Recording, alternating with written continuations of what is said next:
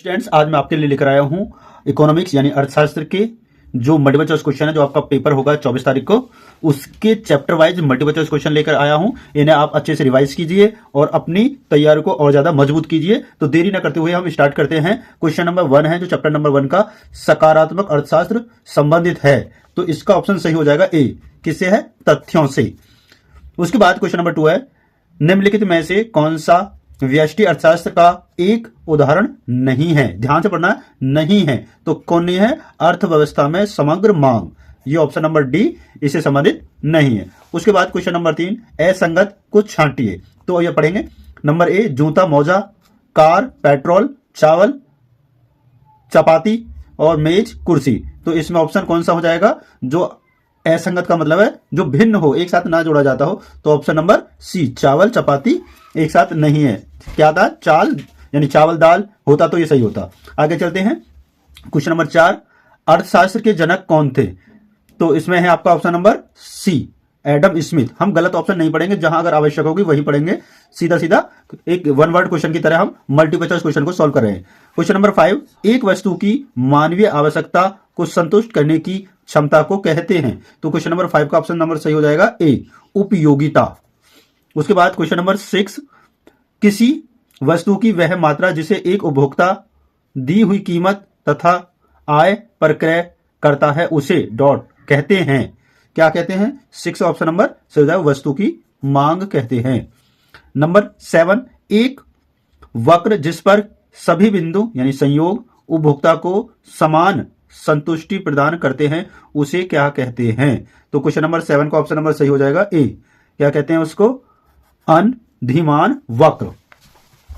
Next question है number 8, सामान्यतः एक अनधिमान या तटस्थ वक्र क्या होता है? 8 का सही हो जाएगा सी, मूल बिंदु के प्रति उत्तल होता है। ऑप्शन नंबर सी सही होगा इसका। क्वेश्चन नंबर 9 क्या है? एक बाजार उस समय संतुलन की अवस्था में होता है जब वस्तु की मांग क्या होती है? नंबर सी, वस्तु की आपूर्ति के बराबर होती है। क्वेश्चन नंबर 10 इस प्रकार है, विलासिता की वस्तुओं की मांग की कीमत लोच होती है। तो इसका ऑप्शन सही होगा, इकाई से अधिक होती है। क्वेश्चन नंबर 11, भारत में पाई जाती है, क्या पाई जाती है भारत में? मिश्रित अर्थव्यवस्था। क्वेश्चन नंबर 12, उत्पादन संभावना वक्र डैश, तो होगा ये आपका ए ऑप्शन सही होगा, एक्स अक्ष की ओर नतोदार होता है। क्वेश्चन नंबर 13, अर्थव्यवस्था की केंद्रीय समस्या है, तो इसका ऑप्शन नंबर हो जाएगा सही डी, यानी कि क्या उत्पादन हो, कैसे उत्पादन हो, उत्पादित वस्तु का वितरण कैसे हो, ये यानी कि सभी बातें इसके लिए सही होती हैं। ये सभी उसकी एक समस्याएं हैं। उस आगे क्वेश्चन नंबर 14, निम्न में से किस स्तंभ पर आर्थिक समस्या का ढांचा खड़ा है? तो हो जाएगा इसका ऑप्शन नंबर कौन सा सही होगा? असीमित आवश्यकताएं, सीमित साधन। तो कौन सा सही है इसका? यानी कि ए और बी दोनों, यानी सी ऑप्शन सही होगा। उसके बाद क्वेश्चन नंबर 15, व्यष्टि अर्थशास्त्र के अंतर्गत निम्न में से किसका अध्ययन किया जाता है? तो किसका किया जाता है? व्यक्तिगत इकाई का अध्ययन किया जाता है। क्वेश्चन नंबर 16, व्यष्टि अर्थशास्त्र में सम्मिलित होती है क्या क्या होती हैं? व्यक्तिगत इकाई, छोटे छोटे चर, व्यक्तिगत मूल्य निर्धारण, ये सभी। तो क्वेश्चन नंबर 16 का ऑप्शन सही हो जाएगा डी, ये सभी। क्वेश्चन नंबर 17 में क्या होगा? आर्थिक क्रियाओं के अध्ययन के संदर्भ में अर्थशास्त्र को 2 शाखाओं व्यष्टि तथा समष्टि में किसने विभाजित किया? तो किसने विभाजित किया है? ये क्या है आपका? रेगनर फिश, यानी रेगनर फिश ने। Option number C. नियमांक अर्थशास्त्र संबंधित है, तो किससे संबंधित है? ये क्या होना चाहिए से, जो नियमांक अर्थशास्त्र को किससे संबंधित? क्या होना चाहिए से। ये सभी क्वेश्चन इंपॉर्टेंट है। ये वाला क्वेश्चन 2022 में आया हुआ है। उसके बाद क्वेश्चन नंबर 19, निम्नलिखित में से कौन सा समष्टि अर्थशास्त्र का विषय नहीं है? ध्यान रखेंगे, क्वेश्चन को नहीं शब्द आता है तो उसे ध्यान से देखेंगे क्या है क्या नहीं है। उसके बाद 19 का कौन सा सही हो जाएगा? कौन सा इसका विषय नहीं है? 19 का मांग का नियम, व्यष्टि, ये समष्टि अर्थशास्त्र का विषय नहीं है। क्वेश्चन नंबर 20, निम्नलिखित में से किसका व्यष्टि अर्थशास्त्र के अंतर्गत अध्ययन किया जाएगा? तो किसका अध्ययन किया जाएगा? ये होगा आपका कपड़ा उद्योग, यानी कपड़ा उद्योग का व्यष्टि अर्थशास्त्र के अंतर्गत अध्ययन किया जाएगा। क्वेश्चन नंबर 21, बाजार अर्थव्यवस्था क्रियाकलाप का निर्धारण करती है। किसका निर्धारण करती है? मांग और पूर्ति दोनों की शक्तियां। ऑप्शन नंबर सी सही होगा इसका। क्वेश्चन नंबर 1 सेकंड चैप्टर का है। तो इसमें आपको एक आरेख दे रखा है, इसे समझते हैं जरा। निम्नांकित चित्र में मांग वक्र की लोच का मान होगा। तो ये ग्राफ दिया हुआ है, इस पर आपको मांग है और इस पर इसका मूल्य है। तो इसके ऑप्शन होंगे नंबर 1, 1 के बराबर, 1 से कम, 1 से अधिक, डी 0। तो इसका ऑप्शन सही हो जाएगा 1 के बराबर। क्वेश्चन नंबर 2, प्रभावी मांग का संबंध है किससे है? प्रभावी मांग का संबंध है आपका जेबी से। उसके बाद क्वेश्चन नंबर 3, पूरक वस्तुओं के लिए मांग की तिर्यक लोच होती है। क्वेश्चन नंबर ये आपका 2023 में आया हुआ, जिसका कोड है BI। दोनों ही क्वेश्चन आए हुए हैं, मतलब वो क्वेश्चन भी आया होता है, इंपोर्टेंट क्वेश्चन है आपके। तो तीसरे का ऑप्शन सही होगा कौन सा? यानी पूरक वस्तुओं के लिए मांग की तिर्यक लोच होती है। तो इसका ऑप्शन सही हो जाएगा बी। कैसी होती है? ऋणात्मक होती है। क्वेश्चन नंबर 4, समग्र मांग बराबर होती है किसके? C+I, C+S, C-I और C-D। तो इसका ऑप्शन सही हो जाएगा C+I, यानी कि ऑप्शन नंबर ए इसका सही होगा। क्वेश्चन नंबर 5, जब मांग वक्र एक्स अक्ष के समांतर होता है तो मांग की लोच होती है। तो मांग की लोच होगी आपकी कैसी? अनंत होगी। ऑप्शन नंबर डी सही होगा। क्वेश्चन नंबर 6, उदासीन वक्र विश्लेषण किसने प्रतिपादित किया? तो इसका ऑप्शन सही हो जाएगा ऑप्शन नंबर सी। किसने किया? हिक्स ने प्रतिपादित किया। क्वेश्चन नंबर 7, यदि अन्य बातें समान रहें तो कीमत घटने पर वस्तु की मांग डैश कैसी होती है? मांग में क्या हो जाएगा? क्वेश्चन नंबर 7 का ऑप्शन नंबर सही हो जाएगा ए। कैसी होती है? मांग बढ़ती है अगर सभी बातें समान रहेंगी तो। क्वेश्चन नंबर 8, सामान्य वस्तुओं की स्थिति में मांग वक्र प्रदर्शित करता है। किसको प्रदर्शित करता है? ऋणात्मक ढाल को प्रदर्शित करता है। क्वेश्चन नंबर 9, अनिवार्य वस्तुओं की मांग की कीमत लोच होती है। कैसी होगी? अनिवार्य वस्तुओं की मांग की लोच हमेशा 1 से कम होती है। क्वेश्चन नंबर 10, निम्न निष्क्रिय वस्तुओं को कहते हैं। निम्न वस्तुओं को क्या कहते हैं? ए सार्वजनिक वस्तुएं, स्थापन वस्तुएं, पूरक वस्तुएं और डी गिफिन वस्तुएं। तो क्वेश्चन नंबर 10 का ऑप्शन नंबर सही हो जाएगा। कैसी वस्तु कहते हैं? गिफिन वस्तुएं।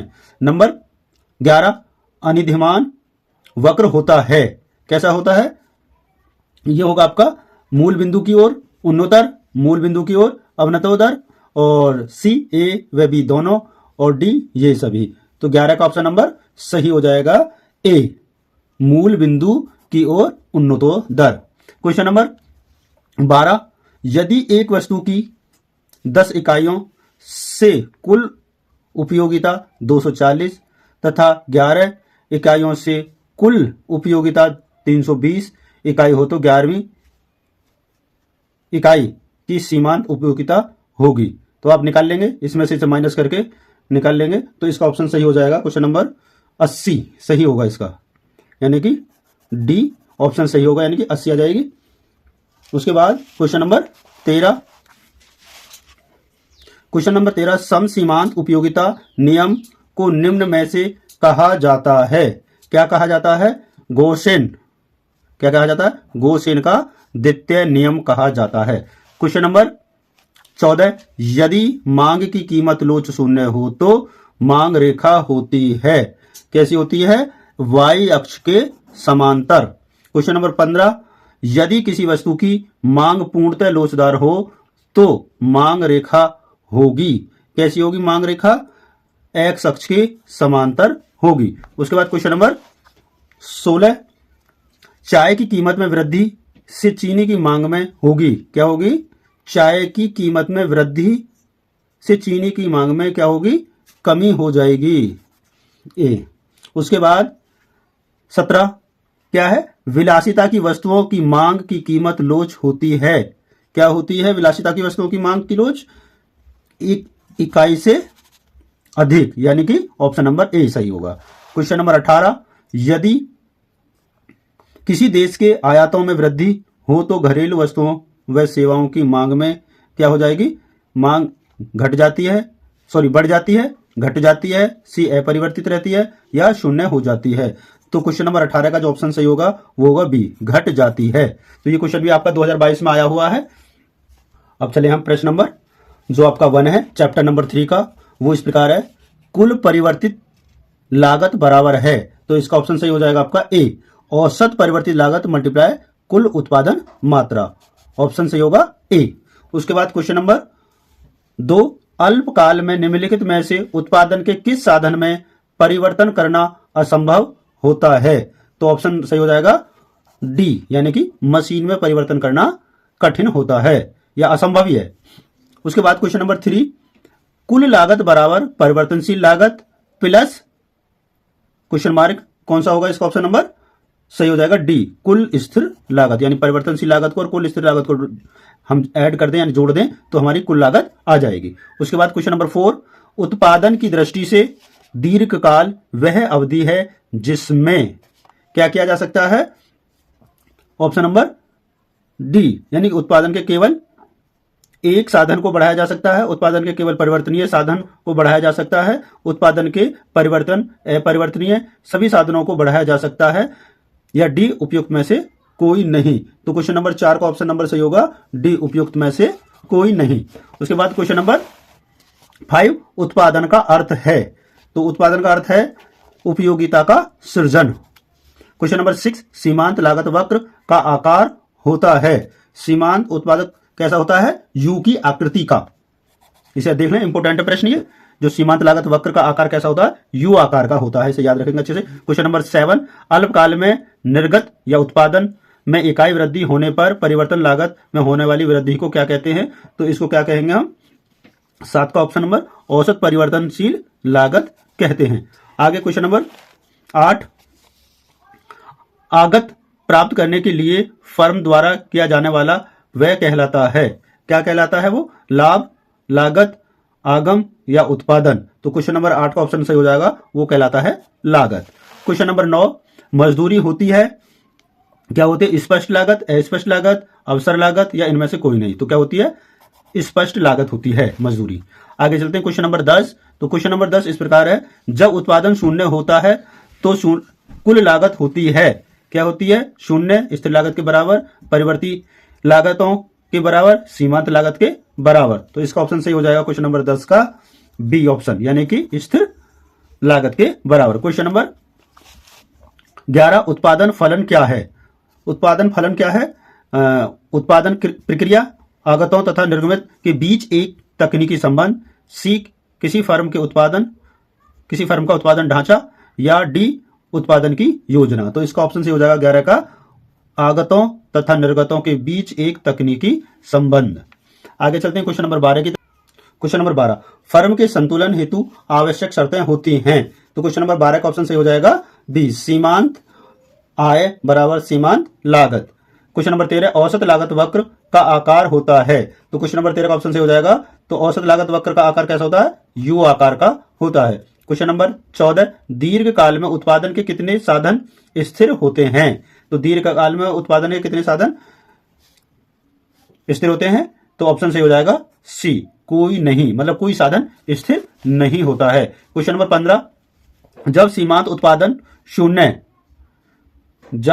उत्पादन शून्य होता है तब कुल उत्पादन होता है, कैसा होता है वो, तो वो होता है आपका अधिकतम। जब क्वेश्चन नंबर 16, जब औसत लागत न्यूनतम होती है तब सीमांत लागत होती है, कैसी होती है, वो होती है आपकी औसत लागत के बराबर होती है। उसके बाद क्वेश्चन नंबर 17, उत्पादन की 5 इकाइयों की औसत स्थिर लागत 20 है, 5 इकाइयों की औसत परिवर्तनशील लागत 40 है, तब 5 इकाइयों की औसत लागत होगी। तो स्थिर लागत प्लस परिवर्तनशील लागत को आप ऐड करेंगे और इससे 5 से डिवाइड कर देंगे, तो आपका आंसर आ जाएगा कौन सा, ऑप्शन नंबर डी, यानी कि 60 रुपए होगी। आगे चलते हैं क्वेश्चन नंबर 18 की तरफ। उत्पादन फलन को व्यक्त करता है।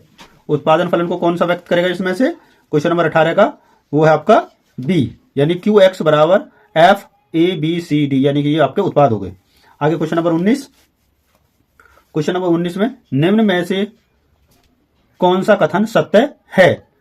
तो कौन सा सत्य है इन सभी में से? पढ़ते हैं क्वेश्चन नंबर 19 का ऑप्शन नंबर हो जाएगा आपका सी, यानी कि AC बराबर AFC प्लस के क्या हो जाएगा AVS, यानी कि average cost equal average fix cost plus average variable cost. उसके बाद क्वेश्चन नंबर 20, दीर्घकालीन उत्पादन फलन का संबंध निम्न में से किससे है? तो क्वेश्चन नंबर 20 का ऑप्शन से हो जाएगा ए, पैमाने के प्रतिफल से, यानी कि नियम से, पैमाने के प्रतिफल नियम से। क्वेश्चन नंबर 21, क्वेश्चन नंबर 21 में क्या है? अल्पकालीन उत्पादन फलन की व्याख्या निम्नलिखित में से किस नियम के द्वारा की जाती है? तो 21 का सही हो जाएगा ऑप्शन नंबर बी, यानी कि परिवर्तनशील अनुपातों के नियम द्वारा। क्वेश्चन नंबर 22, क्वेश्चन नंबर 22 क्या है? पैमाने का विचार क्या है? अति अल्पकालीन, अल्पकालीन, दीर्घकालीन समय से संबंधित नहीं है। तो ऑप्शन नंबर सही हो जाएगा इसका सी, यानी कि दीर्घकालीन। क्वेश्चन नंबर 23, क्वेश्चन नंबर 23 में क्या है? अल्पकालीन उत्पादन फलन में साधनों का बदलता है, क्या बदलता है? तो इसका अनुपात बदलता है। क्वेश्चन नंबर 24, क्वेश्चन नंबर 24 में क्या है? जब औसत उत्पादन गिरती है तब सीमांत उत्पादकता औसत उत्पादकता की क्या होती है? क्वेश्चन नंबर 24 का ऑप्शन सही हो जाएगा सी, यानी कि से अधिक होती है। ये हो गया आपके क्वेश्चन नंबर 24। चलते हैं तो 25 क्वेश्चन इस प्रकार है, जब साधनों में 10% वृद्धि होने पर प्रदा में 10% से अधिक वृद्धि होती है या हो जाए तो ऐसी अवस्था को कहेंगे। तो ऐसी अवस्था को क्या कहते हैं? ऐसी अवस्था को कहते हैं पैमाने के प्रति बढ़ते प्रतिफल की अवस्था। क्वेश्चन नंबर 26, सीमांत लागत वक्र औसत लागत वक्र को काटता है, तो क्या होगा वो? क्वेश्चन नंबर 26 का ऑप्शन सही हो जाएगा आपका बी, निम्नतम बिंदु पर। आगे क्वेश्चन नंबर 27, क्वेश्चन नंबर 27 क्या है? निम्नलिखित में से कौन सा लागत वक्र यू आकार का नहीं है? तो इसमें से जो चार ऑप्शन देखे कौन सा नहीं है, तो वो ऑप्शन सही हो जाएगा डी, क्या है? औसत स्थिर लागत, यानी कि average fix cost, option number D. उसके बाद क्वेश्चन नंबर 28, क्वेश्चन नंबर 28 में निम्नांकित में से उत्पादन बंद होने पर कौन सी लागत शून्य नहीं होती है? तो कौन सी लागत शून्य नहीं होती है? तो ऑप्शन सही हो जाएगा आपका 28 का बी, स्थिर लागत कभी शून्य नहीं होती है। क्वेश्चन नंबर 29, जब उत्पादन शून्य होता है तो कुल लागत होगी किसके बराबर होती है? शून्य लागत होती है स्थिर लागत के बराबर। तो ऑप्शन नंबर इसका भी बी सही हो जाएगा क्वेश्चन नंबर 29 का। आगे क्वेश्चन नंबर 30, क्वेश्चन नंबर 30 क्या है? सीमांत लागत ज्ञात करने का सूत्र है, सीमांत लागत ज्ञात करने का सूत्र है। तो कौन सा सूत्र सीमांत लागत ज्ञात करने का? तो ये है आपका B, M C equal T C minus के टी सी एन माइनस 1, यानी कि एन इकाइयों में से n-1 इकाइयों की लागत को घटा देंगे तो आपकी मार्जिनल कॉस्ट निकल जाएगी। क्वेश्चन नंबर 31 क्या है? निम्नांकित में से उत्पादन का सक्रिय साधन कौन सा है? तो कौन सा है आपका इसका सक्रिय साधन?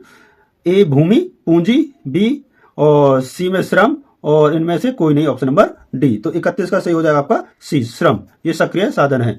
उसके बाद क्वेश्चन नंबर है आपका 32, स्थिर यानी कि निम्न में से कौन स्थिर लागत को व्यक्त करता है? तो कौन करता है?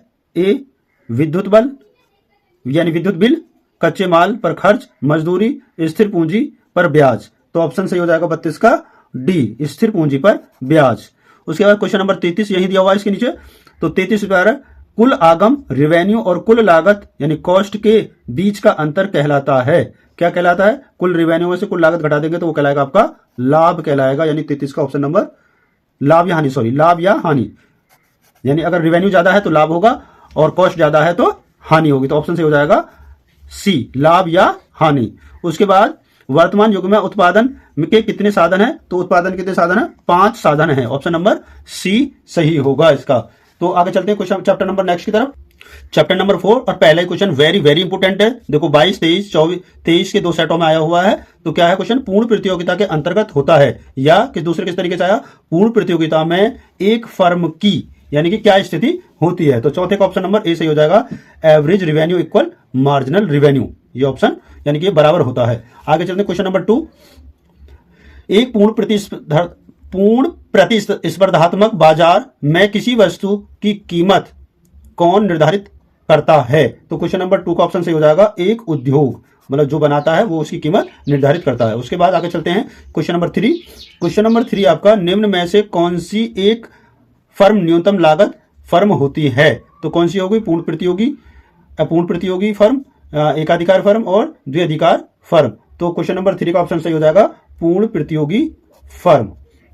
आगे चलते हैं क्वेश्चन नंबर 4 की तरफ। क्वेश्चन नंबर 4 इस प्रकार है, पूर्ण प्रतियोगी बाजार में वस्तु की कीमत कौन निर्धारित करता है? तो क्वेश्चन नंबर 4 का ऑप्शन सही हो जाएगा डी, उद्योग की मांग और आपूर्ति की शक्तियां, ये किसी वस्तु की जो होगा कीमत को निर्धारित करती हैं। क्वेश्चन नंबर 5, पूर्ण प्रतियोगिता के अंतर्गत एक फर्म की औसत आगम सीमांत आगम कैसी होती हैं?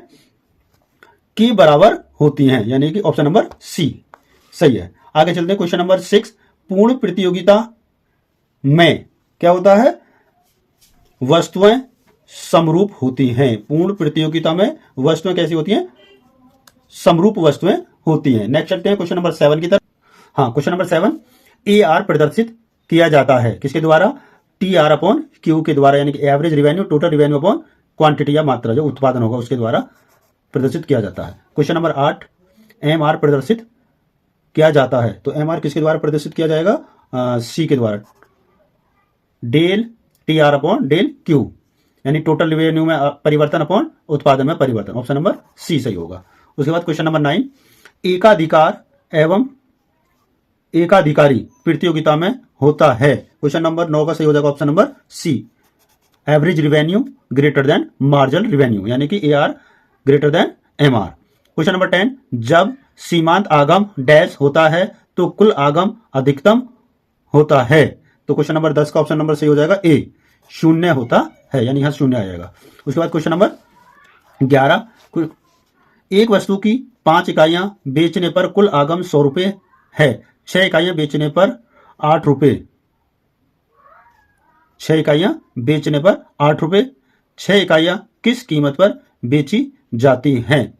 तो इसका ऑप्शन कौन सा सही हो जाएगा? यानी 5 इकाइयां, कुल आगम 100 रुपए और 6 इकाइयां बेचने पर 8 रुपए, 6 इकाइयां किस कीमत पर बेची जाती हैं? तो इसका कौन सा ऑप्शन सही हो जाएगा 11 का? ऑप्शन नंबर डी, 18 रुपए प्रति इकाई। मतलब कुछ क्वेश्चन में गड़बड़ है, ये कुछ और आएगा अमाउंट, ये गलत है, तो यहाँ कुछ और आएगा, ये क्वेश्चन गलत है। आगे चलते हैं क्वेश्चन नंबर 12 की तरफ। ये गलत दे रखा, ये अमाउंट गलत है। क्वेश्चन नंबर 12, नाशवान वस्तुओं पर पूर्ति का नियम क्या होता है? पूर्ति का नियम क्या होता है? इसमें लागू होता है, लागू नहीं होता है, आंशिक रूप से लागू होता है, या इनमें से कोई नहीं। क्वेश्चन नंबर 12 का ऑप्शन सही हो जाएगा बी, लागू नहीं होता किन पर? नाशवान वस्तुओं पर। उसके बाद क्वेश्चन नंबर 13, अन्य वस्तुओं के उत्पादन में आगत के रूप में प्रयुक्त होने वाली वस्तुएं कहलाती हैं। क्या कहलाती हैं ये? क्वेश्चन नंबर 13 का ऑप्शन सही हो जाएगा बी, मध्यवर्ती वस्तुएं कहलाती हैं। ये क्वेश्चन नंबर जो आपका 11 जो था जो गलत था, इसमें 108 होगा, ये 108 में हम जब 6 से भाग करेंगे तो कितना आएगा आपका? 18 रुपए प्रति इकाई आएगा, तब सही आएगा। ये 108 है, गलत लिख गया उनसे, 8 रुपए। ठीक है, आगे चलते हैं क्वेश्चन नंबर नेक्स्ट की। क्वेश्चन नंबर 14, निम्नलिखित में से कौन सा पूर्ण प्रतियोगिता का लक्षण नहीं है? ए, क्रेताओं की अधिक संख्या, बी, समरूप वस्तु, सी, कीमत विभेद और डी, विक्रेताओं की अधिक संख्या। तो कौन सा ऑप्शन, यानी कि कौन सी विशेषता या कौन सा लक्षण पूर्ण प्रतियोगिता का नहीं है? तो क्वेश्चन नंबर 14 का जो सही ऑप्शन होगा वो होगा सी, कीमत विभेद। ये पूर्ण प्रतियोगिता की विशेषता या लक्षण नहीं है। क्वेश्चन नंबर 15, सीमांत प्रतिस्थापन दर MRS निम्नलिखित में से किससे यानी किसमें पाई जाती है? तो क्वेश्चन नंबर 15 का ऑप्शन सही हो जाएगा बी, अनधिमान वक्र विश्लेषण में पाई जाती है। आगे चलते क्वेश्चन नंबर 16, ये भी 2022 में आया हुआ, एक उपभोक्ता की मांग को प्रभावित करती है। तो ऑप्शन नंबर क्या क्या इसका सही हो जाए? यानी कि उपभोक्ता की आय, यानी वस्तु की कीमत, बाजार में अन्य वस्तुओं की कीमतें, या उपयुक्त सभी। ऑप्शन नंबर इसका डी सही हो गया, उपयुक्त सभी। आगे चलते हैं क्वेश्चन नंबर नेक्स्ट की तरफ। तो क्वेश्चन नंबर 17, यदि किसी व्यक्ति की आय शून्य हो तो उसका उपभोग स्तर होगा कैसा होगा? उसका अगर आय शून्य है तो उसका उपभोग होगा न्यूनतम होगा, शून्य नहीं होगा, कैसा होगा? न्यूनतम होगा। क्वेश्चन नंबर 18, सीमांत उपभोग प्रवृत्ति का सूत्र है। तो क्वेश्चन नंबर 18 का ऑप्शन सही हो जाएगा A, del C upon del Y. आगे क्वेश्चन नंबर 19, क्वेश्चन नंबर 19 क्या है? मांग की लोच को प्रस्तुत करने का श्रेय जाता है।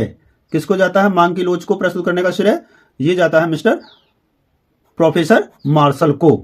आगे क्वेश्चन नंबर 20, प्रभावी मांग का विचार किसने दिया? तो ये दिया है आपका प्रोफेसर किन्स ने। आगे क्वेश्चन नंबर 21, इनमें से किस बाजार में किसी वस्तु की कीमत न्यूनतम होगी? किसमें होगी? पूर्ण प्रतियोगिता बाजार में किसी वस्तु की जो कीमत है वो न्यूनतम होगी। आगे क्वेश्चन नंबर 22, जब आय यानी वाई में वृद्धि 100 रुपये हो और उपभोग सी में वृद्धि 40 हो तो उपभोग की सीमांत प्रवृत्ति का मान होगा। तो क्वेश्चन नंबर 22 का जो सही ऑप्शन हो जाएगा वो हो जाएगा आपका बी, यानी कि 2/5, यानी कि 40/100 करेंगे तो 20 से डिवाइड कर देंगे तो आ जाएगा 2/5। क्वेश्चन नंबर 23 भी दिया हुआ है इसके नीचे। क्वेश्चन नंबर 23 इस प्रकार है, भारत में निम्नलिखित में से किस बाजार में पूर्ण प्रतियोगिता पाई जाती है? कैसे बाजार में पाई जाती है? गेहूं बाजार में पूर्ण प्रतियोगिता पाई जाती है। इसका ऑप्शन नंबर सी सही होगा। आगे चलते हैं नेक्स्ट चैप्टर की तरफ। क्वेश्चन चैप्टर नंबर 5 है। चैप्टर नंबर 5 का पहला क्वेश्चन बाजार संतुलन है। तो बाजार संतुलन की जो सही स्थिति वो क्या होगी? बाजार मांग बराबर बाजार पूर्ति। ऑप्शन नंबर सी सही होगा। क्वेश्चन नंबर 2, बाजार में वस्तु की कीमत उस बिंदु पर निर्धारित होती है। कौन सा बिंदु है वो? जहां पर यानी कि डी इक्वल होगा एस की, डिमांड इक्वल सप्लाई। आगे चलते क्वेश्चन नंबर 3, साधन मांग यानी कि डैश होती है। क्या होती है? व्युत्पन्न होती है। ऑप्शन नंबर बी सही होगा इसका। आगे चलते क्वेश्चन नंबर 4, मजदूरी एवं श्रम पूर्ति के बीच डैश संबंध होता है। तो क्या होता है? धनात्मक, ऋणात्मक, शून्य या इनमें से कोई नहीं। तो क्वेश्चन नंबर 4 का सही ऑप्शन होगा ए, धनात्मक संबंध होता है। आगे चलते क्वेश्चन नंबर 5, अति अल्पकाल में हम क्या कर सकते हैं? नंबर 5 का ऑप्शन सही हो जाएगा आपका डी, यानी कि उपयुक्त, यानी कि पूर्ति उपलब्ध स्टॉक तक सीमित रहती है। मूल्य निर्धारण में पूर्ति का प्रभाव गौण होता है। मूल्य निर्धारण में पर मांग का प्रभाव अधिक होता है। उपयुक्त सभी सत्य हैं, तो यानी ऑप्शन डी सही होगा। आगे चलते क्वेश्चन नंबर 6, मजदूरी एवं श्रम की पूर्ति में संबंध होता है। तो इनमें कैसा संबंध होगा? विपरीत, प्रत्यक्ष, कोई संबंध नहीं, या ये सभी असत्य हैं। तो छठे का सही ऑप्शन हो जाएगा ए, कैसा होता है? विपरीत संबंध। क्वेश्चन नंबर 7, पूर्ति के बढ़ाने पर कीमत में, यानी पूर्ति के बढ़ाने पर मूल्य में कीमत में क्या हो जाएगा? क्वेश्चन नंबर 7 का कोई प्रभाव नहीं पड़ेगा, वृद्धि होगी, कमी होगी या इनमें से कोई नहीं। तो क्या हो जाएगा? कमी हो जाएगी, कीमत में कमी हो जाएगी, यानी कि जब डिमांड से ज्यादा सप्लाई होगी तो मूल्य में कमी होगी। उसके बाद पूर्ण प्रतिस्पर्धा बाजार में संतुलन की स्थिति होगी जब, कब होगा? क्वेश्चन नंबर यानी कि डी, यानी डिमांड सप्लाई से अधिक हो, या डिमांड सप्लाई से कम हो, डी डिमांड और सप्लाई इक्वल हो, या मार्जिन एमयू बराबर एम आर। तो क्या हो जाएगा आपका? इसका सही ऑप्शन होगा 8 का सी, डिमांड और सप्लाई दोनों इक्वल हो। क्वेश्चन नंबर 9, पूर्ति के यथा स्थिर रहते हुए मांग में कमी का कीमत पर क्या प्रभाव पड़ेगा? तो क्वेश्चन नंबर 9 का सही हो जाएगा कमी होगी, वृद्धि होगी, या यथास्थिति बनी रहेगी, या इनमें से कोई नहीं। तो क्वेश्चन नंबर 9 का सही होगा ऑप्शन ए, कमी होगी। क्वेश्चन नंबर 10, चाय की कीमत में वृद्धि का कॉफी की मांग पर क्या प्रभाव पड़ेगा? तो क्या हो जाएगा? उससे उसकी वृद्धि हो जाएगी, यानी कि उसकी जो कॉफी की मांग है वो बढ़ जाएगी। क्वेश्चन नंबर 11, अल्पकाल में उत्पादन के कितने साधन स्थिर होते हैं? तो अभी हमने पीछे पढ़ा हुआ है। तो अल्पकाल या दीर्घकालीन में कोई भी साधन स्थिर नहीं होता है। तो क्वेश्चन नंबर 11 का सही ऑप्शन हो जाएगा सी, कम से कम एक, यानी कि एक साधन स्थिर हम कर सकते हैं किसमें? अल्पकाल में।